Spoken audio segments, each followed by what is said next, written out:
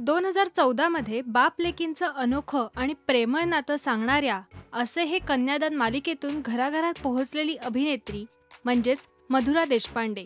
या मालिकेत एका शिस्तप्रिय आणि आपल्या मुलीवर जीवापाड प्रेम करणाऱ्या वडिलांच्या भूमिकेत शरद पोंक्षे दिसले। त्यांच्या दोघांच्या नात्याची छटा आणि मधुराचा अभिनय याने ती मालिका जास्तच खुलली। बघूया मधुराबद्दल अशाच काही गोष्टी ज्या कदाचित तुम्हाला माहित आहेत।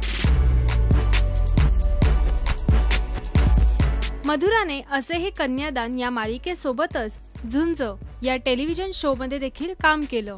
शिवाय तिने बऱ्याच एकांकिका देखील केल्या। मधुराचा जन्म 29 मार्च 1992 मध्ये पुण्यात झाला।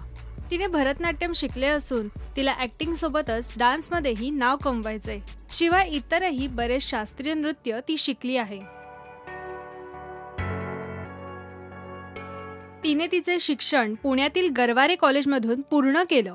पद्मश्री सुचेता भिडे चापेकर्स डान्स स्कूल कलावर्धिनी इथून भरतनाट्यममध्ये तिने स्पेशलायझेशन केलं। चीनी थिएटर आणि ओपेरा शिकण्यासाठी शांघाय थिएटर अकॅडमी कडून शिष्यवृत्ती मिळवण्यासाठी मधुराचं जगातून 20 विद्यार्थ्यांमध्ये सिलेक्शन झालं होतं।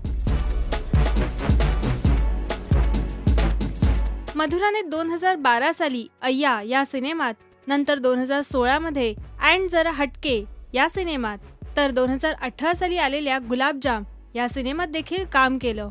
तिचे सध्या रंगभूमीवर मिस्टर अँड मिसेस लांडगे हे नाटक अतिशय गाजतंय।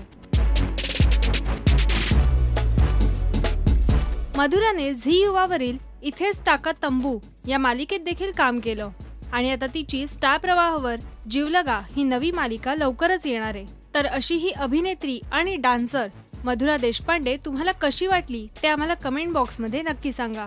आणि मराठी टेलिव्हिजनच्या अशाच ताज्या अपडेट्स मिळवण्यासाठी पहा आणि सबस्क्राइब करा राजश्री मराठी शोबज।